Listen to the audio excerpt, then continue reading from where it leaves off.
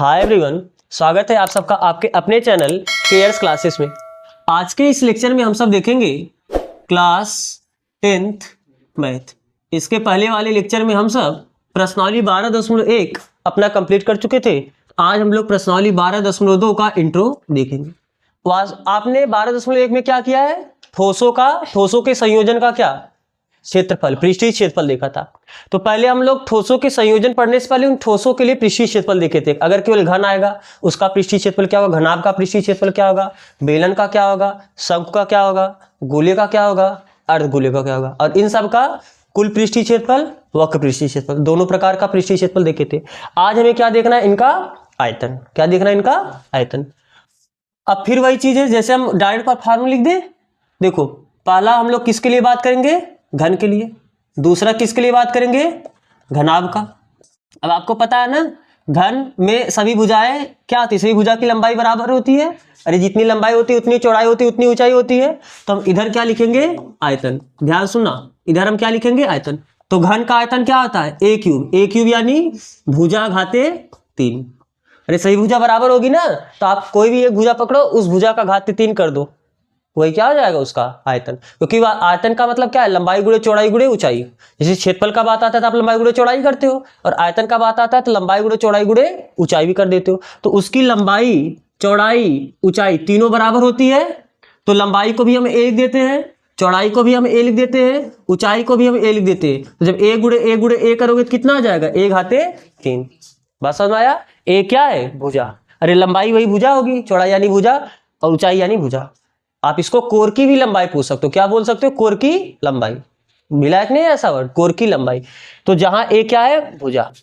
फिर घनाभ। घनाभ क्योंकि घनाभ में लंबाई चौड़ाई ऊंचाई दोनों, इन तीनों में से कोई दो समान भी हो सकता है या तीनों अलग हो सकता है। तो उसकी आयतन क्या हो जाएगा? लंबाई गुणे चौड़ाई गुणे ऊंचाई। याद रखेगा ना? चलो अब सुनो, फिर तीसरा फार्मूला क्या होगा आपका? बेलन का। बेलन पता है ना? बेलन में क्या, ये बेलन है, इसका आपको रेडियस और ऊंचाई दो चीज पता होगा। रेडियस और ऊंचाई ही तो चाहिए इसमें। तो इसका कितना हो जाएगा? पाई आर स्क्वायर एच। इसका क्षेत्रफल कितना था? वक्र पृष्ठीय क्षेत्रफल 2 पाई आर एच, और कुल पृष्ठीय क्षेत्रफल 2 पाई आर प्लस एच। ठीक है। तो लेकिन आयतन का जब बात आएगा तो कितना बोलोगे? पाई आर स्क्वायर एच। फिर चौथा फार्मूला शंकु का। जो शंकु का, देखो हल्का सा थोड़ा इसमें समझ लो। जैसे बेलन का जो आधार होगा, आधार एक वृत्त जैसा होता है कि नहीं होता है? बोलो, आधार एक वृत्त जैसा होगा। तो वृत्त का क्षेत्रफल कितना होता है? पाई आर स्क्वायर। क्षेत्रफल में ऊंचाई का गुणा कर दोगे, वही क्या हो जाएगा? आयतन हो जाएगा। तो इसलिए पाई आर स्क्वायर में हमने एच का गुणा किया, तो ये समझ में आ रहा है बात ना? शंकु देखो, अगर आप उतनी ही ऊंचाई और उतनी त्रिज्या का शंकु लो, जैसे मान लो एक शंकु लिए, शंकु की त्रिज्या भी कितनी है? आर, और इसकी ऊंचाई कितनी है? एच। तो अगर इस शंकु, चलो हम इस शंकु को थोड़ा ऐसे ऊपर करके बना देते हैं, थोड़ा जो बात बताना चाहते हैं वो ज्यादा समझ में आएगा। मान लेते हैं इसकी रेडियस आर है और इसकी ऊंचाई कितनी है? एच। अगर इस शंकु को भर के, इस शंकु में पानी भरो और इस पानी को आप इसमें डालो बेलन में, तो उतने ही ऊंचाई वाले बेलन की भी ऊंचाई उतनी होनी चाहिए, और जितना शंकु की त्रिज्या है बेलन की भी त्रिज्या उतनी ही होनी चाहिए। तो आप ऐसे ऐसे 3 शंकु को पानी भर भर उसमें डालोगे तो आपका एक बेलन बनेगा। यानी जो एक बेलन का आयतन होता है, एक बेलन का क्या आयतन, जो एक बेलन का आयतन होता है कितने बराबर होता है? 3 शंकु के आयतन। अरे 3 शंकु का आयतन मिलके एक बेलन का आयतन हुआ कि नहीं हुआ? तो यानी अगर हमको एक शंकु का आयतन निकालना हो तो एक शंकु का आयतन क्या हो जाएगा? 1/3। अरे 3 गुणा इधर आके भाग हो जाएगा ना, 1/3 बेलन का आयतन। और बेलन का आयतन कितना होता है? पाई आर स्क्वायर एच। तो यानी शंकु का आयतन कितना हो गया? अगर इसका आयतन पाई आर स्क्वायर एच बोले तो शंकु का आयतन 1/3 पाई आर स्क्वायर एच। ठीक है। बेलन का आयतन कितना होता है? पाई आर स्क्वायर एच। लेकिन शंकु का आयतन कितना होगा?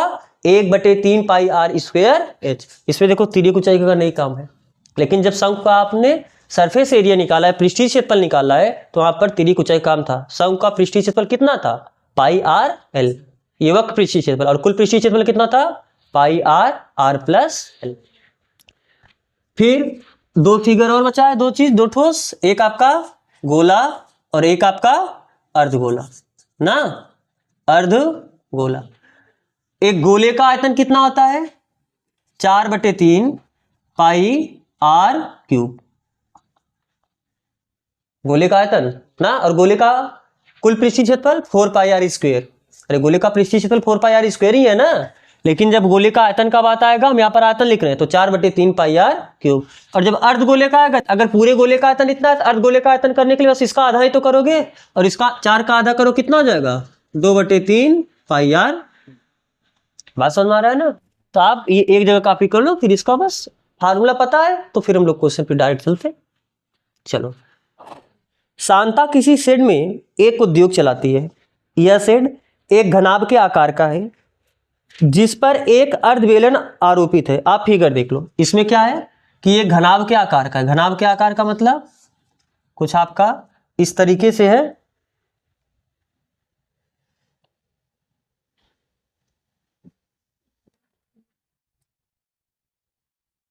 और इस पे क्या लगा दिए हैं, ये मतलब अंदर से इसके ऊपर कवर करने के लिए बेलन।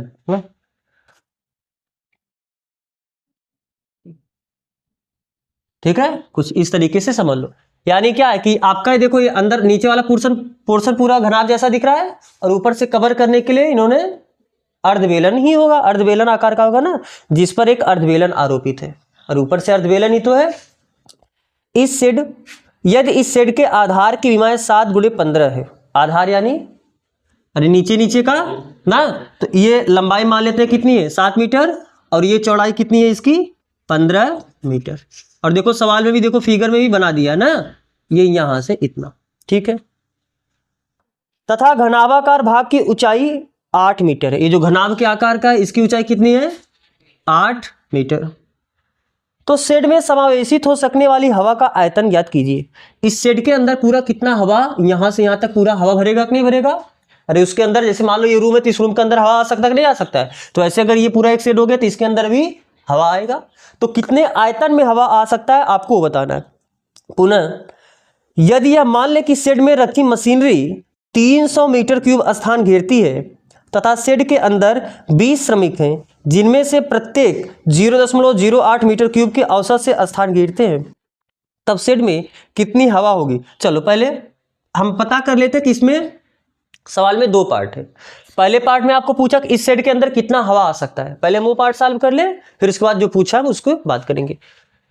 तो बताओ कितना हवा आएगा, जितना इसका आयतन होगा, इसके अंदर जितना स्पेस होगा तो इसके अंदर घनाभ होगा। घनाभ को आप मान लो ठोस, सुनो इधर, घनाभ के अंदर का जितना आयतन होगा, देखो वास्तव में क्या होता है, आयतन क्या होता है पता है ना आपको।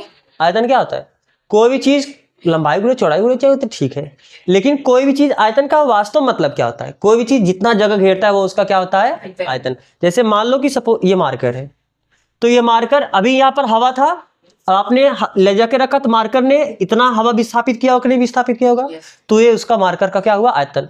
तो कोई भी चीज खुद कितना जगह घेरता है वो उसका क्या है आयतन। जैसे हम लोग कुछ जगह घेर रहे कि नहीं घेर रहे हैं, तो ये हम जितना जगह कवर कर रहे हैं वो हमारा क्या है आयतन है। बात समझ में आ रहा है। अब जैसे मान लो कि यह आपका क्या है बॉटल है, ये मान लो क्या आपका बॉटल है। अगर आपसे कभी कोई पूछे कि इस बॉटल के अंदर कितना पानी आएगा या इस बॉटल के अंदर कितना हवा आएगा, आप क्या करोगे। इस बॉटल का जितना आयतन होगा क्या उतना ही हवा आएगा इसमें? बिल्कुल नहीं आएगा। ध्यान समझना, आयतन होता क्या है पहले ये समझो। आयतन का मतलब कोई भी चीज जितना जगह खुद कवर कर रहा है, सही बात है। आयतन का मतलब कोई भी चीज, कोई भी वस्तु जितना जगह कवर कर रहा है वो उसका क्या है पूरा आयतन है। अगर ये बॉटल मान लो खुला हुआ है, ध्यान से इधर समझना, अगर मान लो ये बॉटल खुला हुआ है, इस बॉटल का आयतन क्या होगा। हाँ, इसका आयतन कितना होगा, जितना ये जगह घेरा है, ये कितना जगह कवर किया है, जितने जगह में जिस, अरे देखो ये पतला दिख रहा है ना आपको, और यही पूरा इसका मिला दोगे चारों तरफ से जितना बना हुआ है, ये तो जगह इसका आयतन होगा। बाकी इसके अंदर जो आपको गैप दिख रहा है वो इसका आयतन का हिस्सा नहीं है। समझ आ रहा है ना। इसका आयतन का हिस्सा सिर्फ उतना पार्ट है जितने जगह में ये खुद है, जितने जगह में ये खुद है। इसके अंदर जितना जगह खाली है यह इसके आयतन का हिस्सा नहीं है। लेकिन जब हमें बात आएगा कि इसके अंदर कितना पानी होगा, तो किसी के अंदर कितना पानी होगा वो तो हम फार्मूला पढ़े नहीं है। किसी के अंदर कितना हवा आएगा ये निकालने का तो हम फार्मूला पढ़े नहीं है। उस केस में हम क्या मान लेंगे, अब बताओ, अगर आप इसको भरना स्टार्ट करो, जैसे जब पानी से भरोगे भरोगे भरोगे, जब पानी से पूरा पैक हो जाएगा तब तो ये अंदर से पूरा एकदम ठोस हो गया, बोलो। तो तब भरा हुआ, जब पानी इसके अंदर भर चुके हो, अब इसका आयतन कोई पूछे तब इसके अंदर जो खाली जगह तो वो भी उसके आयतन में आ जाएगा, नहीं आ जाएगा, बोलो। तो अब वही जो उसका आयतन में आया उतना ही तो पानी भर सकते हो। तो कभी आपसे कोई पूछे कि किसी भी वस्तु के अंदर, किसी भी ठोस के अंदर, घन के अंदर, घनाभ के अंदर, गोले के अंदर, बेलन के अंदर, शंख के अंदर कितना पानी भर सकते हो, कितना हवा भर सकते हो, तो आप क्या मानो, वो खोखला रहेगा तभी उसके अंदर पानी आ सकता है। लेकिन आपको खोखला मान के नहीं चलना है, क्योंकि आप मानोगे जब उसके अंदर पानी भर जाएगा, जब हवा भर जाएगा तब तो क्या हो जाएगा, ठोस। जब पानी भर दोगे, हवा भर दोगे, तब तो ठोस हो जाएगा ना। और ठोस मानते हो उसका क्या निकाल लो, आयतन। क्या निकाल लो, आयतन। तो वो उसका जो आयतन आएगा उतना ही आप पानी भर सकते हो, उतना ही आप उसके अंदर हवा भर सकते हो। लेकिन जो हम ये पूरा कर रहे हैं, इसमें देखो तो एक थोड़ा सा मिस्टेक है। क्या मिस्टेक है, जिसको हम लोग मिस्टेक नहीं है, इसको हम लोग नगड़ी मान के चलेंगे। कैसे, ध्यान समझना। जब आपने माना कि ठीक है, अगर इसके अंदर हमको पानी भरना होगा, या आप मानो कि इसके अंदर हमको हवा भरना होगा, और कैसे निकाल रहे हो, कितना हवा आएगा कितना पानी आएगा, इसका पूरा आयतन, इस पूरे का आयतन, बोलो। तो जब आप इसका आयतन ले रहे हो, तब यहां पर दो चीजें, आप इसका आयतन ले रहे हो तो कितना हिस्सा ले रहे हो, और इसके अंदर पानी कितने हिस्सा मारा है। जब आप आयतन लिखते हो तो आयतन में ये खुद जितने जगह में वो भी तो आ जाएगा, और इसके अंदर का पार्ट पूरा आ जाएगा, क्योंकि आपने इसको ठोस मान लिया है। लेकिन पानी, क्या जितने जगह में ये खुद है, क्या उस जगह में पानी है? क्या पानी तो उसके अंदर है ना। ये जितने जगह में खुद है उतने जगह में तो पानी नहीं है, बोलो। ये बॉटल जितने जगह में खुद है उतने जगह में तो पानी नहीं है, पानी तो इसके अंदर है। लेकिन जब आपने इसके अंदर कितना पानी आ सकता है यह निकालना चाहा, तो आपने क्या किया, इसका पूरे का आयतन ले लिया। तो क्या इसके पूरे आयतन के बराबर इसके अंदर पानी आएगा? इतना जगह एक्स्ट्रा आप ले रहे हो। तो लेकिन ये आयतन इतना बहुत थोड़ा सा है, तो इसको हम लोग लगभग क्या मान लेंगे, अरे नगड़ी है, अनगढ़ी नहीं, नगड़ी। क्या मानोगे, नगड़ी। बात समझ में आ रहा है ना। तो इसके आयतन को हम लोग लगभग नगड़ी मानेंगे। और जब कभी भी आपसे कभी भी ये पूछे कि इसके अंदर कितना पानी भर सकते हो, इसके अंदर कितना हवा भर सकते हो, तो आप क्या करोगे, सीधा इसको एक ही काम करना, ठोस मानो, और ठोस मानते हो इसका क्या निकाल लो, आयतन। बात समझ में आया। कभी भी अब जैसे यही पूछा है, इसके अंदर कितना हवा आ सकता है, तो वास्तव में इसके अंदर तो है खाली जगह, इसके अंदर तो पूरा खोखला है। ध्यान से समझो, इसके अंदर तो पूरा खोखला है, और आप इसके अंदर पूछा कितना हवा भर सकते हो, उसके लिए आप क्या करोगे, इस पूरे का क्या निकाल लोगे, आयतन।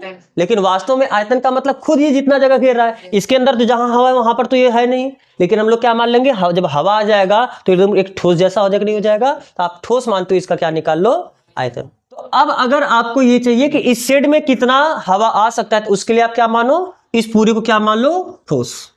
और पूरा ठोस मानते हुए इसका क्या निकाल दो, आयतन। तो चूंकि ये जो आपका शेड है दो चीज से मिलकर बना हुआ है, एक घनाभ से और ऊपर अर्धगोला से, अर्धबेलन से। तो क्या एक घनाभ का आयतन निकालना जानते हो कि नहीं निकालना जानते हो? चलो पहले दिया क्या क्या है वो लिखो। दिया है, ये आपका उदाहरण नंबर 1 है ना। चलो दिया है घनाभ की लंबाई, घनाभ की लंबाई, लंबाई को किससे दर्शाते हैं, एल से। लंबाई कितना है मान लेते हैं 7 मीटर। इसकी चौड़ाई, चौड़ाई कितनी है, चौड़ाई को 20 दर्शाते हैं, और ये कितनी है 15 मीटर। और इसकी ऊंचाई, ये जो घनाभ है इसकी ऊंचाई h बराबर कितनी है, 8 मीटर। ठीक है, इसके लिए तो बात हुआ। अब आपको बेलन के लिए लिखना है। बेलन में दो चीज चाहिए, एक आधार की त्रिज्या और एक उसकी ऊंचाई। ठीक है, अब ध्यान देखो, क्या यही बेलन की ऊंचाई हो जाएगी कि नहीं हो जाएगी? बात समझो। अरे बेलन जो सीधा था इसको ऐसे करके रख दिया गया है, तो यही पूरी लंबाई, बेलन की लंबाई ही बेलन की ऊंचाई होगी, नहीं होगी? तो ठीक, बेलन की लंबाई, बेलन की लंबाई। चलो लंबाई को हम दर्शा तो दे रहे हैं किससे, एस से, या चलो आप एल से ही दर्शा दो ना, क्या दिक्कत है। इधर सुनो, बेलन की लंबाई कितनी होगी, अगर ये 15 है तो क्या ये भी 15 होगी कि नहीं होगी, बोलो। ये 15 ही होगा ना, तो यानी ये कितना आ जाएगा, 15 मीटर। अब बताओ त्रिज्या, अगर आप इसी को पूरा कर देते तो ये तो आपका त्रिज्या, मतलब पूरा आपका आधार वाला पार्ट हो जाता। तो त्रिज्या यही इतना होगा, यानी ये यहां से यहां तक ये पूरा क्या इस बेलनाकार आधार का व्यास हुआ कि नहीं हुआ? तो चूंकि बेलन का व्यास बेलन का व्यास कितना है? 7 मीटर। ये तो ये भी 7 मीटर होगा। तो दिस इंप्लाइज दैट बेलन की त्रिज्या, बेलन की त्रिज्या कितनी हो जाएगी? 7/2 मीटर। बात समझ में आ रहा है? तो आपको क्या पूछा है, इस शेड के अंदर कितना हवा आ सकता है? शेड के अंदर आ सकने वाली हवा की मात्रा,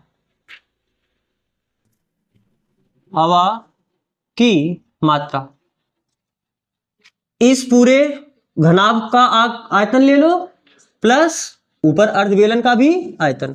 तो क्या लिखोगे?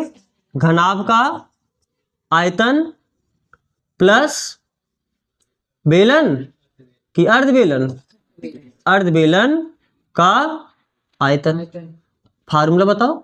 घनाभ का आयतन क्या होता है? L गुणे B गुणे H। बेलन का आयतन कितना होता है? बेलन पाई आर स्क्वायर ना, पाई आर स्क्वायर H। लेकिन अर्धबेलन है तो उसका आधा ही लेना है। ठीक है, तो बस वैल्यू रखना। तो कितना, लंबाई कितना दिया है? 7, चौड़ाई 15, ऊंचाई 8 प्लस 1/2 गुणे पाई की वैल्यू 22/7 लो। रेडियस कितना मिला है? देखो त्रिज्या यही तो आर है 7/2, लेकिन इसका स्क्वायर यानी 7/2 गुणे 7/2 कर दे। और ऊंचाई यही तो है 15। तो 7 से 7 कैंसिल हुआ। अब ध्यान से इधर सुनो, ये 15 है ना। अच्छा, क्या 2 से 11 कैंसिल हुआ? ठीक है, हम इधर कैलकुलेशन कर देते हैं इसका आगे।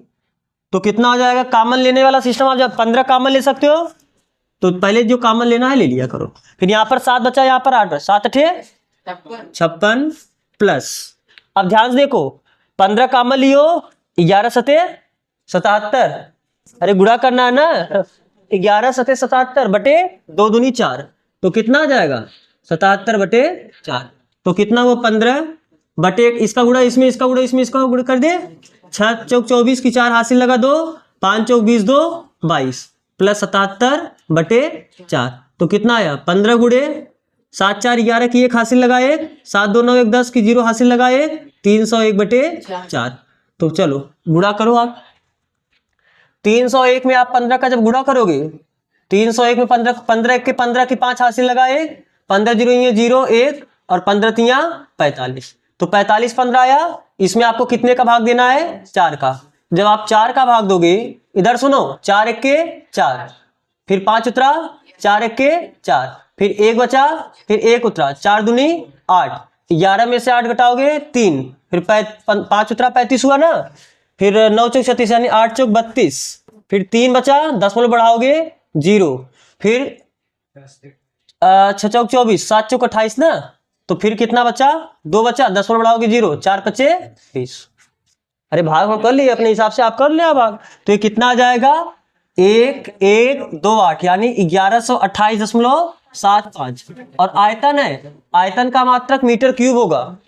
आयतन का मात्रक क्या होगा? मीटर, क्योंकि जब क्षेत्रफल होगा, क्षेत्रफल में केवल लंबाई गुणे चौड़ाई होता है। तो लंबाई गुणे चौड़ाई करोगे मीटर स्क्वायर आएगा, लेकिन लंबाई गुणे चौड़ाई गुणे ऊंचाई करोगे तो लंबाई गुणे चौड़ाई गुणे ऊंचाई करोगे कितना आ जाएगा? Metre cube.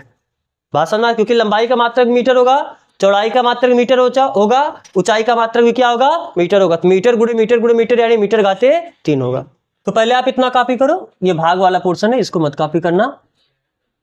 चलो, तो आप क्रम से पहले इतना, फिर ये तो मत बनाना, ये तो केवल वैसे बनाने के लिए बुक में दिया है, बुक से देख के फिगर आप बना लेना। तो आप इसे कॉपी अब कर चुके होगे।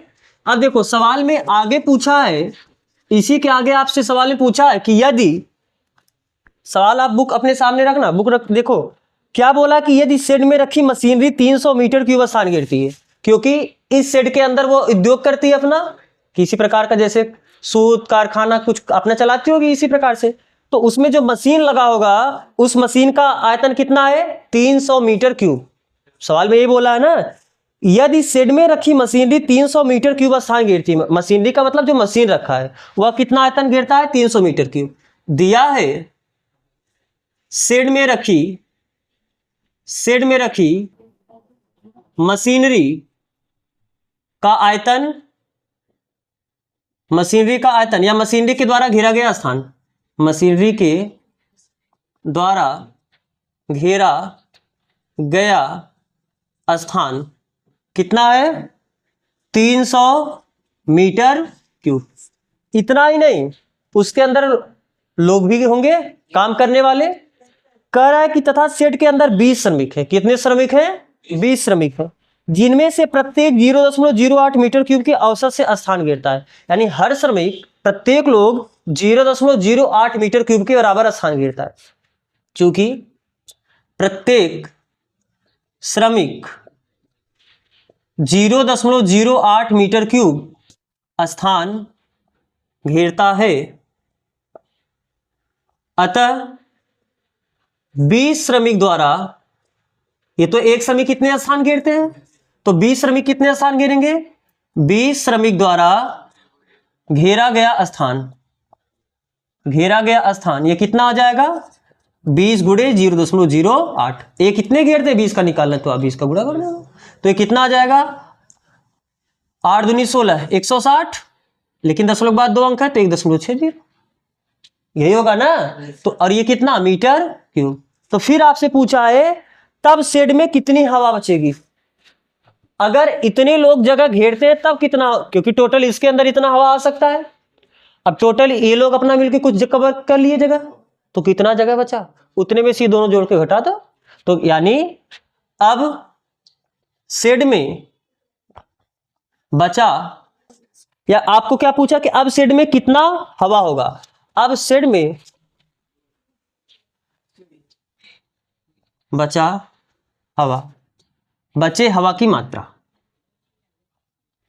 कितनी हो जाएगी, टोटल कितना है 1128.75। इसमें से आप क्या कर दो माइनस, इन दोनों को जोड़ के।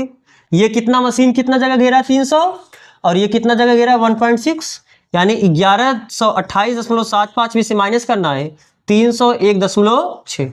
तो घटाओ 1128.75 में से आप 301.6 घटाओगे तो 0, 5 में से 0 घटाओगे 5, 7 में से 6 घटाओगे 1, 8 में से 1 घटाओगे 7, 2 में से 0 घटाओगे 2, और 8 3 11। बस हमारा है ना। यानी ये कितना आ जाएगा 827.15, और ये क्या मीटर क्यूब। यानी अगर श्रमिक और मशीनरी रखने के बाद उसके अंदर इतना हवा आ सकता है। और बस हमारा है ना। तो ठीक है, आपको ये कॉपी करना आप कॉपी करो, इसे ये तो पहले ही आप लिख चुके हो। तो ठीक है, फिर बस आज करें इतना ना। अब इसका अगला जो एग्जांपल उसको हम अगले लेक्चर में करेंगे। यहाँ तक जुड़ने के लिए आप सबका बहुत बहुत धन्यवाद।